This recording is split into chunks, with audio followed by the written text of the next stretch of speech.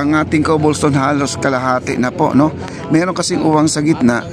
Hindi po natin alam kung anong meron dyan, no? At baka naman ay nabitin lang dahil araw ng linggo hindi natapos kasi kahapon tinigil na po nila sa paglalatag ng cobblestone dahil umulan po kahapon, no? Kaya wala pong tigil ang ulan. Ngayon ay araw ng linggo ay wala po nagtatrabaho sa ngayon. Ngayon po ay bababa po tayo. Papakita ko po sa inyo kasi ang yung nagko-comment ay sabi wala raw tibay ang ating cobblestone dahil parang nakatungtong lang sa ibabaw ng yung pinagtatambakan ng semento na wet, no? Tapos tinungtong lang para lang dumikit. Pero sa ngayon mga kaibigan, titingnan natin kung ano po ang kanilang next steps doon. At dito guys, ang ating esplanade dito sa terrace na to, ito. At meron tayong tinatawag. Ito na po yan guys, pinahira na po nila ng bricks. At guguhitan na po na magkukurti po ng bricks din. Ganyan po ang gagawin. Ang loob ay tapos na po, nilagyan na po ng naka-finishing na po lahat yan, no? Ayan po. Din dito, ito na po yung sinasabi ko na nilagyan na po nila ng base para itungtong po dyan ang yung natin baluster, no? Ang baluster natin ay halos kompleto na po dito sa may hagdanan. Ay sa ngayon po wala po talaga magtatrabaho dahil ay araw ng linggo. Araw ng linggo, pahinga day. Bukas Lunes sigurado doon na po natin malalaman bakit mayroong uka dyan, no?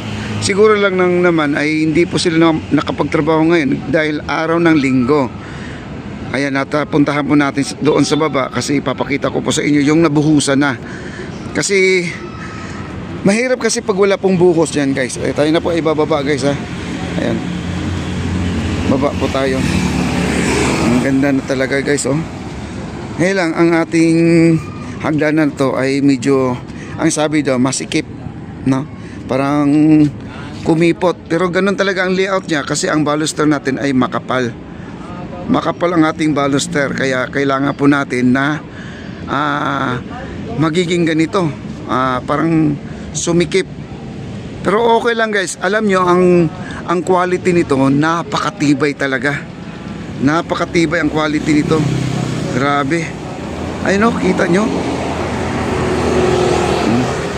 At yung may nag-comment naman daw, no, ang ating ilaw ay medyo tabingi. Kasi ating hagdanan kasi, ang ilalim nito may irong ilaw. O, kagaya nito, oh. Ayan, oh. Kapag i-diretso mo talaga yan, parang disalign siya. Pero hindi ko naman alam na, baka naman ay sinadya lang, o talagang, naging bengkong abang, lang, di talaga tuwid na tuwid. Kasi parang sinabay lang po sa structure, no? Pero maganda naman guys, oo. Maganda naman pagkagawa. Maganda ang pagkagawa. Ayan, dito po tayo. Ayan po, dito ay nalagyan lang po ng putik to kasi sa taas kasi naglalagay ng lupa doon sa plant box. Kaya hindi maiwasan na may mga nalalaglag nung umulan, dumadaos-os po dito at kaya nagkaroon ng putik dito guys, oh. Pero ganito po ang gagawin nila, papakita ko po sa inyo, ha. Ayan, papakita. Ayan, nakatungtong lang siya guys, nakatungtong lang siya. Hindi pa siya totally talagang matibay na matibay. Ayan, kita nyo.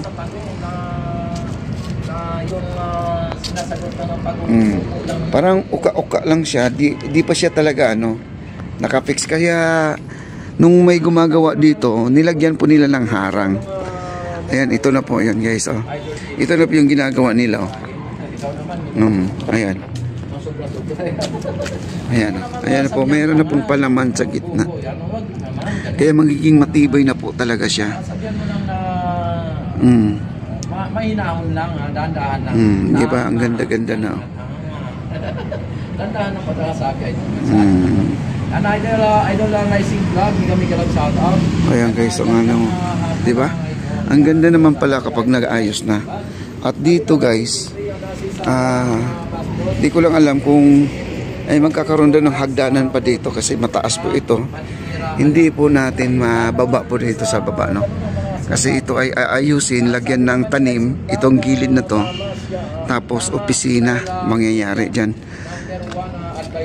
At saka pala isipan guys sa malaking ano dito, siguro lang naman ay hindi pa natapos. Ayan, abangan natin bukas ito, kung ano po ang ano, kung ito ay bubuo talaga, gawing sahig na talaga to, mas maganda.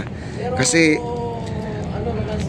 may nakakita kasi nito, bakit daw may bakante, no? At baka naman ay maglalagay ng fountain o it's either na plant box para sa pananim o center, no? Center plant box o center fountain. Ayan. Abangan na lang po natin kasi di po natin alam ang plano dito. Ayan guys, at dito po tayo sa dulo at lalakarin po natin. Kaya po sila kuya kahapon naglalagay sila ng plywood dito. Ayan, no, nakikita niyo mga plywood. Diyan lang po umapak yung mga taong dumadaan dito. Kaysa iikot po sila napakalayo. Napaka luwag po nila dito sa paggawa yung mga construction dito. Hindi sila mahigpit guys. Hindi sila mahigpit. At may nagsuggest naman dito, sana daw ay itong dingding na to ay pangit daw tingnan. Hindi po natin alam, gagawan din nila ng paraan yan. O hindi naman siguro na ganyan na lang, na hayaan na ganyan na ang ganda ng esplanade tapos may pintura dito. At ano lang po natin, antayin lang po natin ang kanilang desisyon dahil di po natin alam kung ano ang gagawin dito sa ating vandalism, no? Ang lalaki guys, oh. Oo. Ang gusto kasi nila pipinturahan. Ang sabi naman ni engineer sa esplanade ay hindi sila pwedeng gumamit ng pintura dahil naiiba na ang kanilang structure, no? Iba na. Kasi ang layout kasi nila dito ay malakas tila.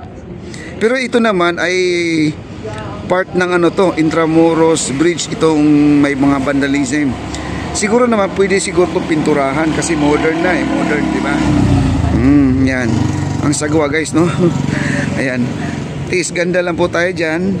At dito po, ayan, lalagyan na po nila to ng ano, ng semento. Tingnan mo, no? Umuulan-ulan kasi kaya ganyan pang hitsura, para nagpuputik, no? Kasi sa taas kasi nagbubuhos sila ng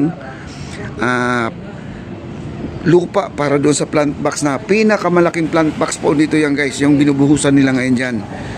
Ayan, dito halos okay na po dito guys, di ba? Ang ganda-ganda na po guys. At dito, ayan, talagang walang tibay guys, kasi pag naapakan mo dumuduyan guys, ayan, ayan, oo, ayan, gumagalaw, no? Tinungtong lang kasi, no? Kaya wag po kayong mag-alala, ito ay bigyan pa ng tibay, no? Lalagyan pa ng palaman yan sa gitna, itong ating cobblestone, no? Ayan, ang ganda guys, sa